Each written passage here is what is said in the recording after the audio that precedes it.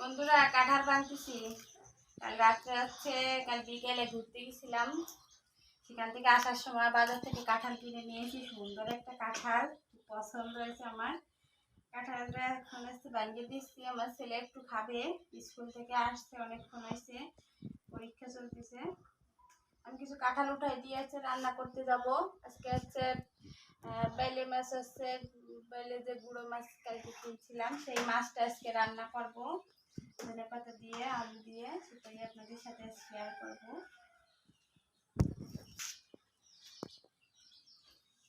কাঁঠাল উঠানো হয়ে গেছে, ডাইকে থইলালে এবার মাছি উঠবে না, এমনিতে কাঁঠাল ঘ্রাণে পোকা ওড়ে। কাঁঠালটা আমার ছেলেরে খাইতে দিয়ে আমি রান্না করতে চলে যাব। চলেন।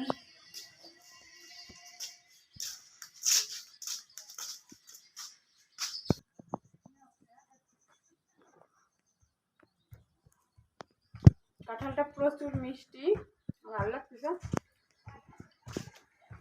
ছেলেকে দিয়ে আমি রান্না করতে চলে যাব। বন্ধুরা চলে আসলাম রান্নাঘরে। আমার রান্নাঘরটা ঘরের সাথে একবারে মিলানো, তার জন্য আমার বাইরে যাওয়া লাগে না, ঘরের ভিতর থেকে শুরু করলেই হয়ে যায়। আমি আজকে রান্না করব গুঁড়ো বাইলে মাছ রান্না করব আলু দিয়ে, ধনেপাতা দিয়ে। আর রান্না করব শাপলা। এখন তো বর্ষাকাল, প্রচুর শাপলা পাওয়া যায়। আপনাদের ভাইয়া শাপলা নিয়ে আসছিল কালকে। এই শাপলাটা আজকে রান্না করব, আজকে ভাজি করব শাপলা। শাপলার একটা ক্ষেতও আছে কিন্তু আমার, আপনাদেরকে দেখাবো, দেখবেন। চলেন শাপলা ক্ষেত দেখাই নিয়ে আসি আপনাদের। বন্ধুরা আমি এখন গুঁড়ো মাছটা হাতে মাখায় রান্না করব। তার জন্য আমি কড়াইতে দিয়ে দেব পেঁয়াজ কুচি। পেঁয়াজটা বেশি করে দেব। আর রসুনটা কিন্তু আমি কুচি করিনি, রসুনটা বাইটে দিছি। রসুন, জিরা, আদা এগুলো আমি বাইটে দিছি। এই যে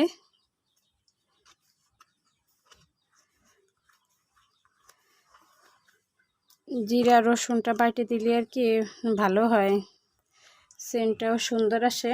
আর দিয়ে দেবো কাঁচামরিচ কুচি। আমি এর ভিতরে একটু শুকনো মরিচ অ্যাড করবো, তার জন্য কাঁচামরিচটা একটু কম দেব। আর এইটা কিন্তু একটু ঝাল ঝাল গুঁড়ো মাছের চচ্চড়িটা একটু ঝাল ঝাল হলে বেশি ভালো লাগবে। দিয়ে দেবো ধনেপাতা কুচি, হালকা করে দেব, আবারও দেব। তার জন্য আমি এখন একটু কম দিচ্ছি ধনেপাতা কুচিটা, পরে আবার দিয়ে দেব। দিয়ে দেব 2টা ছোট ছোট তেজপাতা। এর ভিতরে দিয়ে দেব আমি পরিমাণ মতো লবণ।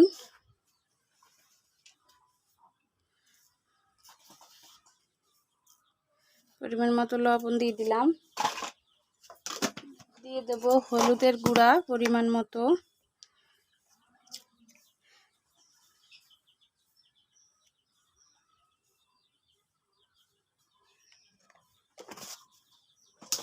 দিয়ে দেব একটু মরিচের গুঁড়া, সামান্য পরিমাণে দেব, বেশি দেব না।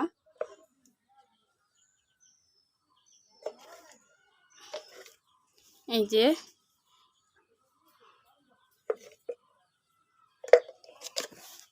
এবার দিয়ে দেব আমি সয়াবিন তেল।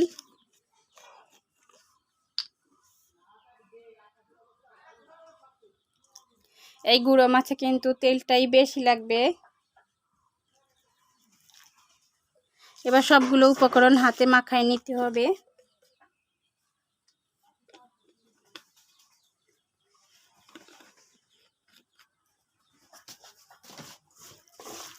ভালো করে মাখায় নিতে হবে এই উপকরণগুলো। যতটা ভালো মাখানো হবে তত কিন্তু সেন্টটা ভালো আসবে, আর মাছের তরকারিটাও ভালো লাগবে। আমি এর ভিতরে এখন আলুটা দিয়ে দেব। এই যে আলু কুচি।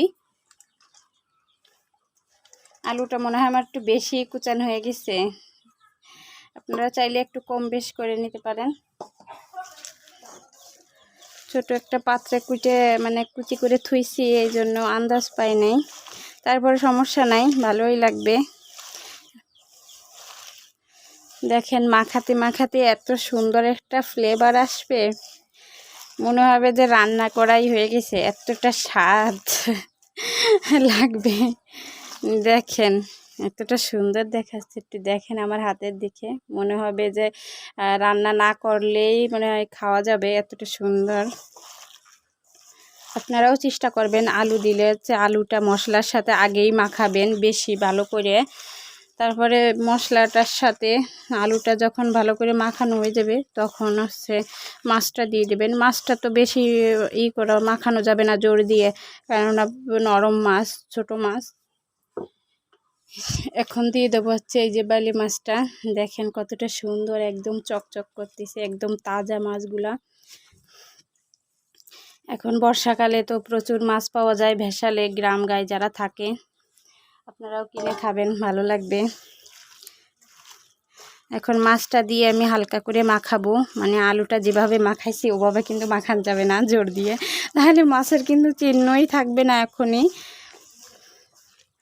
তার জন্য হালকা করে মশলার সাথে মাখাই নিতে হবে।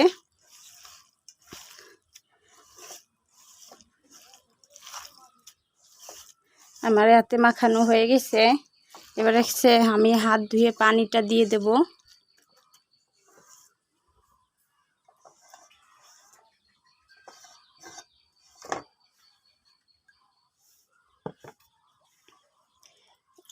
অল্প পরিমাণ পানি দিতে হবে, এটা বেশি মানে ঝোল রাখবো না, একদম শুকনা চচ্চড়া চচ্চড়া ভাব।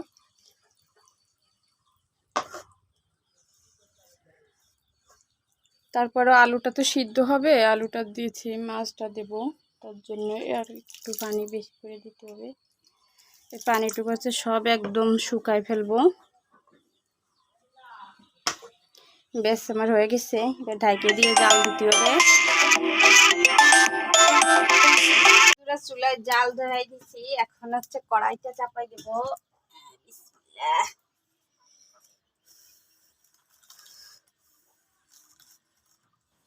ফাইভে চুলা, ফাইভে একটু মানে ধুমাটা না গেলে জালটা জ্বলে না।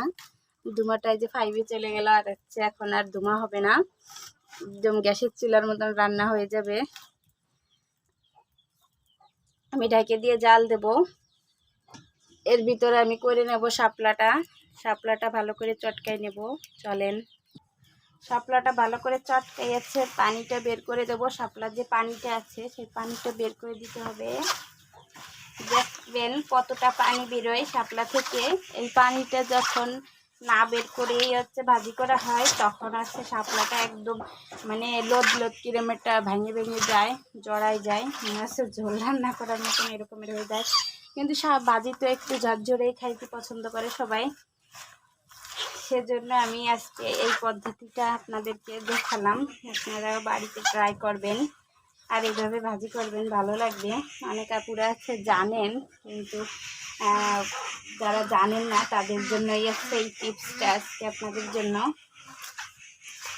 এই দেখেন কতটা পানি বেরোয় গেছে, আর শাপলাটা হচ্ছে একদম ইয়ে হয়ে গেছে, নরম হয়ে গেছে। কিন্তু এইটা যখন আবার চিপড়ে এভাবে পানি ফেলে দিতে হবে, যখন আমি হচ্ছে চুলায় তেলের উপর দেব তখন হচ্ছে এটা শক্ত হয়ে যাবে।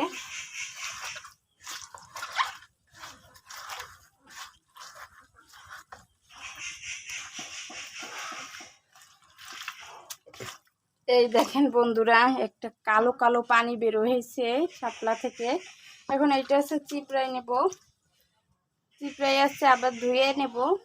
আমি পানি দিয়ে দিলাম আমার এই একটা গামলার ভিতরে। এবার আমি দুই হাত থেকে চেপে চেপে হচ্ছে পানিটা বের করে দেব। যেহেতু লবণ দিয়ে হচ্ছে রাখা হয়েছে, তার জন্য আমি লবণ পানিটা বের করে দেব। কি বলো?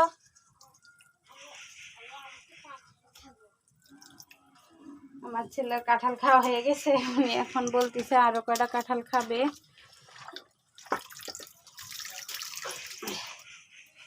দাঁড়াও আমি একটু কাজ করে নিই, তারপরে দেবেনি। এই দেখেন বন্ধুরা, কতগুলা পানি বেরোচ্ছে এক মুঠা শাপলা থেকে। এই পানিটুক তো সব ভাজি যখন করতাম তখন এইটা পানি বেরোতো, তখন আর ভালো লাগতো না।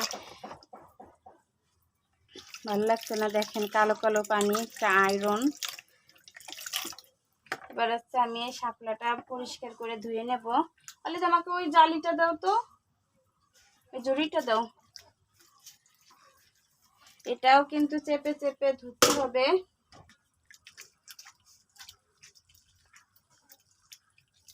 যাতে ভিতর থেকে লবণ পানিটা বের হয়ে যায়।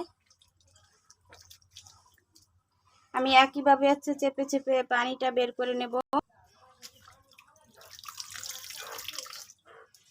যতটা মানে গায়ে শক্তি আছে সেই শক্তি দিয়ে চেপে চেপে পানিটা বের করে দিতে হবে, নাহলে কিন্তু হবে না। যতটা সম্ভব ততটাই চেপে চেপে পানিটা বের করে দিতে হবে। এই দেখেন একদম ঝরঝরে হয়ে গেছে। এই যে এভাবেই হচ্ছে আমি সবগুলা পানি চেপে বের করে নেব।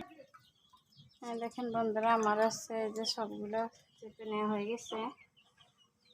দেখেন ঝরঝরে হয়ে গেছে একদম। এখন যে ভাজি করলে হচ্ছে একবারে গলে যাবে না, একটু শক্ত শক্ত মানে ঝরঝরে থাকবে, একদম আলু ভাজির মতন হবে। এবার দেখবো যে আমার এইটা চুলায় গুঁড়ো মাছটা রান্না হচ্ছে, সেটা কদ্দুর হলো।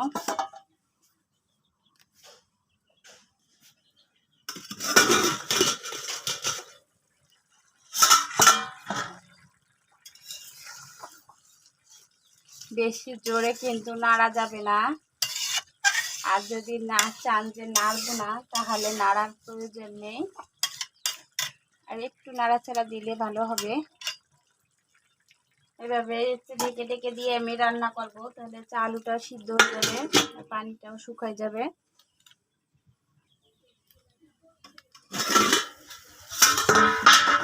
মাছটা হচ্ছে হয়ে গেছে, আমি একটু ধনেপাতা কুচি উপর থেকে দিয়ে দেবো।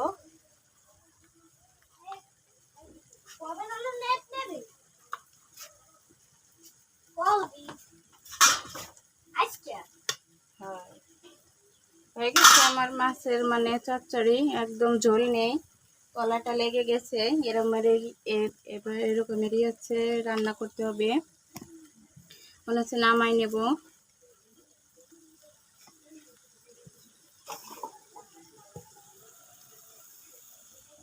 এই দেখেন একদমই ঝোল নেই, এই যে হালকা গামাহা, এটা হচ্ছে আলুটি টেনে নিয়ে যাবে। এই দেখেন পাশটা হচ্ছে লেগে গেছে, বোঝা যাচ্ছে। এখানে হচ্ছে নামাই ধুয়ে দেবো, কড়াই ধরেই ধুয়ে দেবো, তাহলে একটু লেগে লেগে গেছে সেটা হচ্ছে উঠে যাবে একদম। এখন আমি শাপলা ভাজিটা করে নেব। অনেকক্ষণ হয়ে গেছে, আমি এখন হচ্ছে এটা উঠাই নেব আস্তে আস্তে। দেখেন কালারটা দেখেন শুধু।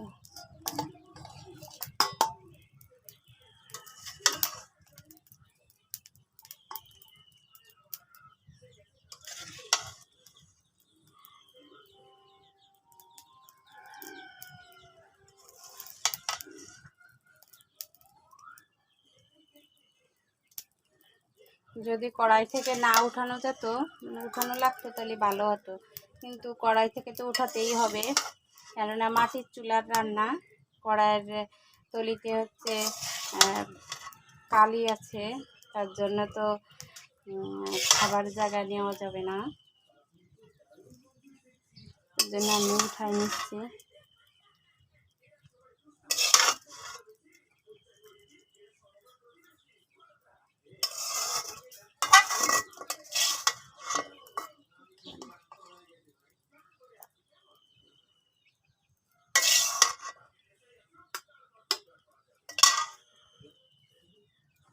হ্যাঁ দেখেন আমার হচ্ছে গামলায় ঢালা হয়ে গেছে, কতটা সুন্দর হয়েছে, একদম মানে শুকনা, কোনো পানি নেই, একদম ঝরঝরে হয়ে গেছে।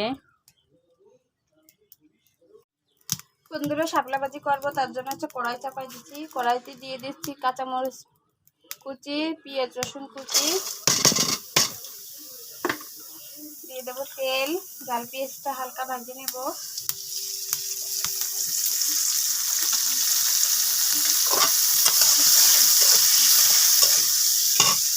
বাদামি করে ভেজে নেব। জাল পেঁয়াজটা বাদামি করে ভাজা হয়ে গেছে। এই যে আমি এর ভিতরে হচ্ছে শাপলা কুচিটা দিয়ে দেবো। এই যে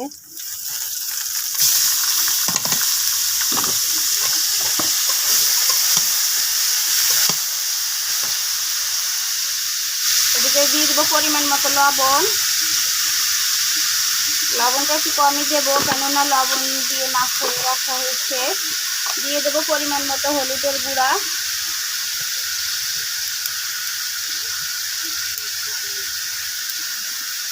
এবার ভালো করে নাড়াচাড়া দিয়ে নেব।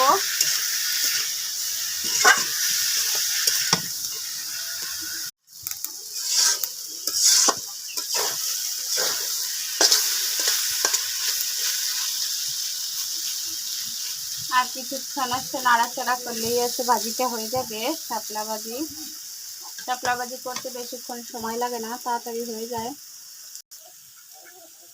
আমার ভাজিটা একটু হয়ে গেছে, দেখেন তেল ছেড়ে দিচ্ছে একবারে। এখন আছে নামাই নেব আমি।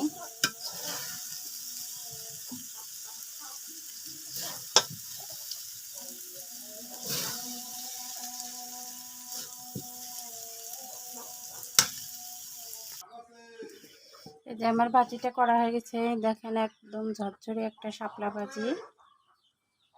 আপনারা এইভাবে ভাজি করবেন, ঝরঝরে হবে, ভালো লাগবে।